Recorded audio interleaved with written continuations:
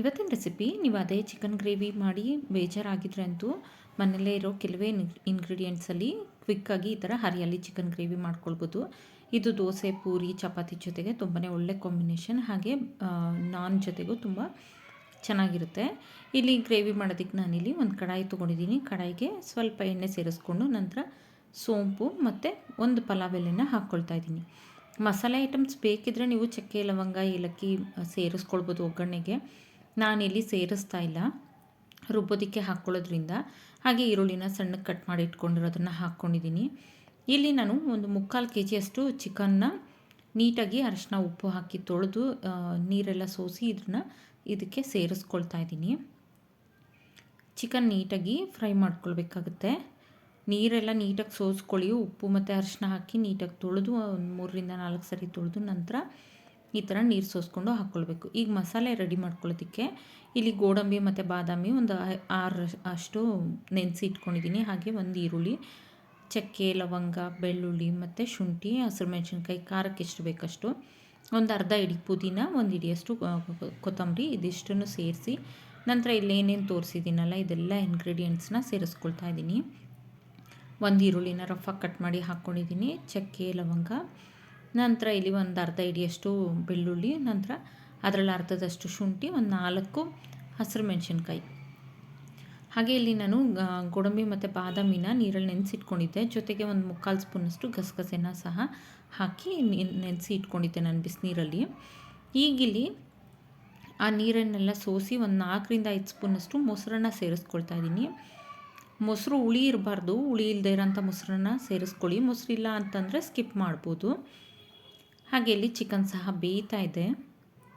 Side by side ಬೇಗನೆ ಆಗಿಬಿಡುತ್ತೆ ಈ ಗ್ರೇವಿ, ತುಂಬ ಟೈಮ್ ಏನು ತೊಗೊಳ್ಳೋದಿಲ್ಲ. ಇಲ್ಲಿ ಚಿಕನ್ ನೋಡಿ ಈ ಥರ ಬೇಯ್ತಾ ಇರುತ್ತೆ. ಅಲ್ಲಿ ನಾವು ಮಸಾಲೆಗೂ ರೆಡಿ ಮಾಡ್ಕೊಳ್ಬೋದು. ಈಗ ಇಲ್ಲಿ ರುಚಿಗೆ ತಕ್ಕಷ್ಟು ಉಪ್ಪು ಮತ್ತು ಗರಂ ಮಸಾಲಾನ ಸೇರಿಸ್ಕೊಳ್ತಾ ಇದ್ದೀನಿ ನಾನು. ಹಾಗೆ ಒಂದು ಅರ್ಧ ಸ್ಪೂನಷ್ಟು ಧನಿಯಾ ಪುಡಿ, ಇದಿಷ್ಟನ್ನು ಸೇರಿಸಿ ಚೆನ್ನಾಗಿ ಫ್ರೈ ಮಾಡಿಕೊಡ್ಬೇಕು. ಈ ಉಪ್ಪು ಮತ್ತು ಗರಂ ಮಸಾಲದಲ್ಲಿ ಚಿಕನ್ ಚೆನ್ನಾಗಿ ಬೇಯ್ತಾ ಇರಬೇಕು, ಆಗ ಒಳ್ಳೆ ಫ್ಲೇವರ್ಫುಲ್ ಆಗಿರುತ್ತೆ. ನೀವು ಉಪ್ಪೆಲ್ಲ ಕಡೆಯೆಲ್ಲ ಹಾಕಿದ್ರಿ ಅಂದರೆ ಪೀಸಸ್ಗೆ ಉಪ್ಪು ಹಿಡಿಯೋದೇ ಇಲ್ಲ. ಈಗ ನೋಡಿ ಇಲ್ಲಿ ಅರ್ಧ ಬೆಂದಿದೆ ನನಗೆ ಆಲ್ರೆಡಿ ಚಿಕನ್ನು. ಈ ಟೈಮಲ್ಲಿ ನಾನು ಮಸಾಲೆ ಮಾಡಿಟ್ಕೊಂಡಿರೋದನ್ನು ಸೇರಿಸ್ಕೊಳ್ತಾ ಇದ್ದೀನಿ. ಗ್ರೀನ್ ಕಲರ್ ನೋಡಿ ಎಷ್ಟು ಚೆನ್ನಾಗಿ ಕಾಣುತ್ತೆ. ನಾವು ಯಾವುದೇ ಕಲರ್ನ ಯೂಸ್ ಮಾಡಿಲ್ಲ, ಬಟ್ ಆದರೂ ತುಂಬ ಚೆನ್ನಾಗಿ ಒಳ್ಳೆ ಕಲರ್ ಕೊಡುತ್ತೆ. ಪುದೀನ ಮತ್ತು ಕೊತ್ತಂಬರಿ ನೀಟಾಗಿ ಈ ಥರ ಮಿಕ್ಸ್ ಮಾಡಿಕೊಟ್ಟು ನಾನು ಮಿಕ್ಸರ್ ಜಾರಿಗೇ ಸ್ವಲ್ಪ ನೀರನ್ನು ಸೇರಿಸಿ ಇದಕ್ಕೆ ಹಾಕ್ಕೊಳ್ತಾ ಇದ್ದೀನಿ. ನೀವು ಗೋಡಂಬಿ ಬಾದಾಮಿ ಬೇಡ ಅನ್ನೋರು ಸ್ಕಿಪ್ ಮಾಡ್ಬೋದು, ಇಲ್ಲ ಅಂತಂದರೆ ಅದನ್ನು ಸೇರಿಸ್ಬೇಕಂತೇನಿಲ್ಲ. ಅದರ ಬದಲಿಗೆ ಒಂದು 2 ಸ್ಪೂನಷ್ಟು ಕಾಯಿ ತುರಿ ಹಾಕ್ಕೊಳ್ಳಿ. ಫ್ರೆಶ್ ಕಾಯಿ ತುರಿ ಇತ್ತಂದರೆ ಹಾಕ್ಕೊಳ್ಳಿ, ಅಥವಾ ಕಾಯಿ ಹಾಲಾದರೂ ಸೇರಿಸ್ಕೊಳ್ಬೋದು. ಇದಿಷ್ಟನ್ನು ಹಾಕಿ ಚೆನ್ನಾಗಿ ಮಿಕ್ಸ್ ಮಾಡಿಕೊಟ್ಟು ಒಂದು 15-20 ನಿಮಿಷ ಲೋ ಫ್ಲೇಮಲ್ಲಿ ಬೇಯಿಸ್ಕೊಳ್ಳಿ. ತುಂಬ ಹೈ ಫ್ಲೇಮಲ್ಲಿ ಬೇಯಿಸ್ಬಿಡಿ. ಲೋ ಟು ಮೀಡಿಯಮ್ ಫ್ಲೇಮಲ್ಲಿ ಬೇಯಿಸ್ಕೊಳ್ಳೋದ್ರಿಂದ ತುಂಬ ಚೆನ್ನಾಗಿ ಚಿಕನ್ ಪೀಸಸ್ ಬೇಯುತ್ತೆ, ಹಾಗೆ ಅಷ್ಟೇ ರುಚಿಯಾಗಿ ಸಹ ಇರುತ್ತೆ.